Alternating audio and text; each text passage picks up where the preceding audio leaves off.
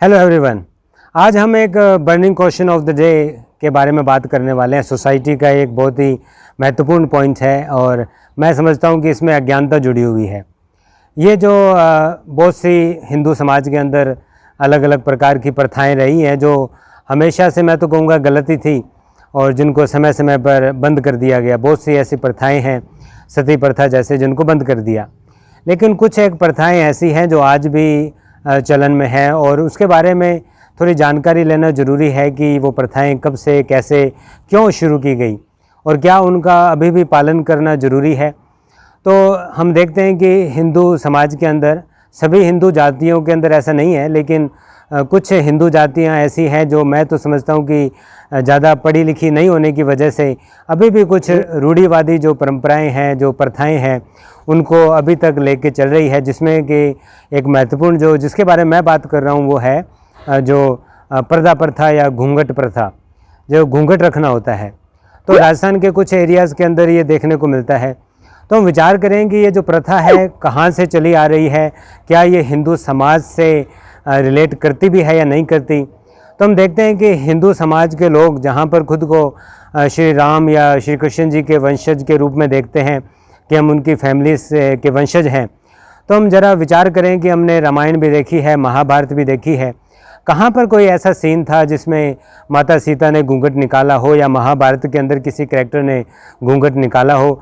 यहाँ तक कि अगर आप पढ़ते भी हैं, अगर आपने हिस्ट्री पढ़ी है, तो उसके अंदर भी आप देखते हैं कि वहाँ पर ये स्पष्ट लिखा हुआ है कि ये जो प्रथाएं हैं, ये घूंघट प्रथा जो है, ये मुसलमानों की वजह से शुरू की गई है।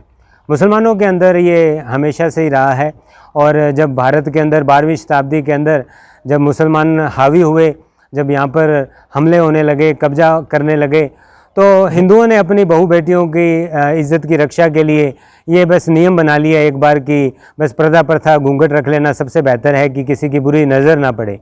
तो ये तो उस मौके की ज़रूरत थी 12वीं शताब्दी के अंदर। उसके बाद धीरे धीरे आगे चलकर 16वीं शताब्दी तक तो ये परमानेंट ही हो गया कि ठीक है, घूंघट रखना ही होता है।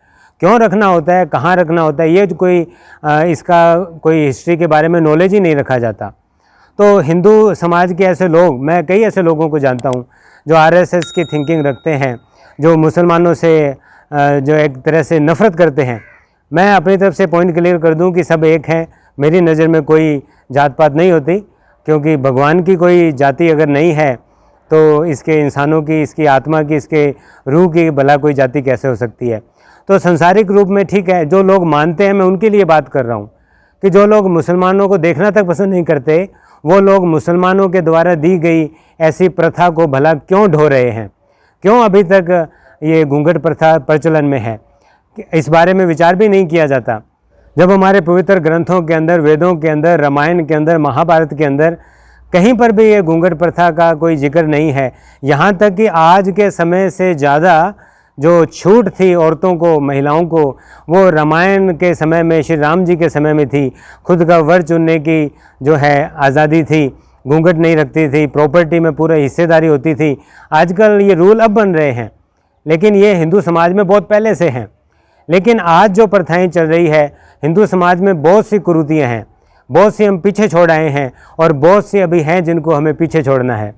तो हमें कोई किसी प्रकार की जो है अज्ञानता में नहीं रहना और एजुकेटेड माइंड रखकर एक सभ्य नागरिक बनते हुए महिलाओं को, बहू बेटियों को एक स्वतंत्रता मिलनी चाहिए। क्यों भला घूंघट के अंदर घुट घुट कर रहा जाए, चाहे वो गर्मी का मौसम हो, चाहे सर्दी का मौसम हो। तो सब, अगर बहू है तो क्या उसे अपनी बेटी नहीं समझा जा सकता? तो अगर बेटी है फिर घूंघट रखने की भला कहाँ ज़रूरत हो गई। तो ये एक वीडियो है समाज से रिलेटेड पॉइंट पर। उम्मीद करता हूँ कि आपको मेरा पॉइंट ऑफ व्यू सही लगा होगा और वैसे भी देखा जाए तो हिस्ट्री के हिसाब से ये सही भी है। उम्मीद करता हूँ कि आपको वीडियो अच्छी लगी हो। ऐसी और वीडियोस के लिए अगर आपने अभी तक इस चैनल को सब्सक्राइब नहीं किया है, ज़रूर सब्सक्राइब कर लें। Thank you.